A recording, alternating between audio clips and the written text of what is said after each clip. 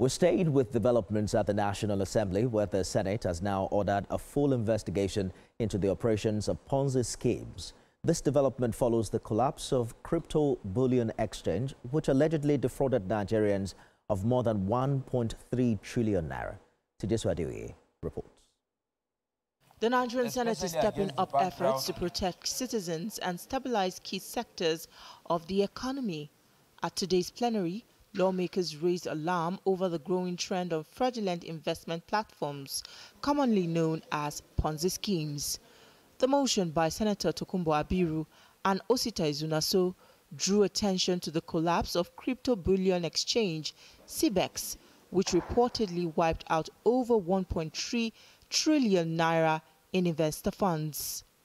The Senate blamed regulatory agencies, including the Security and Exchange Commission, the Central Bank, and the FCC, for failing to avert the massive fraud, which was promoted heavily online using referral bonuses and celebrity endorsements. Section 8, Sub 1A and B of the Constitution of the Federal Republic of Nigeria, 1999, as amended, empowers the National Assembly to conduct investigations into any matter, and further conscious that these constitutional powers empower the Senate to investigate the failure of regulatory agencies to monitor and prevent the CBEX fraud. It behoves on us to look at whatever loopholes or lacuna in the existing laws that these Ponzi schemes exploit with a view to perpetrating these illegalities. So part of my recommendation with this beautiful motion will be that we should also organize a major public outing, even if we have to do it in different zones of the country, to enable us educate our populace.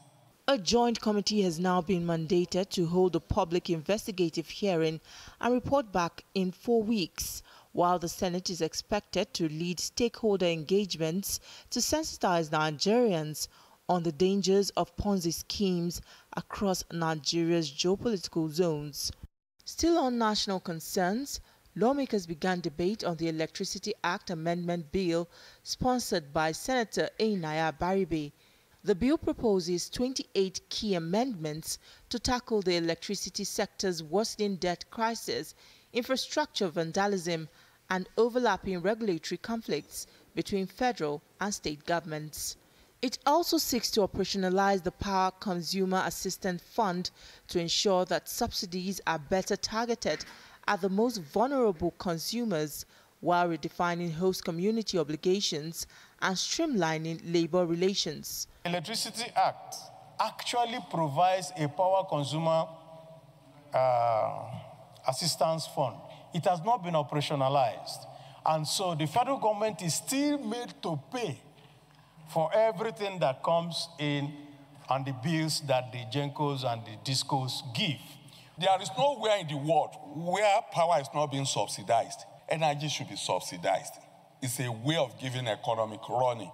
Both legislative actions are seen as part of broader Senate reforms aimed at restoring public trust and rescuing critical sectors from total collapse. TVC News, Abuja.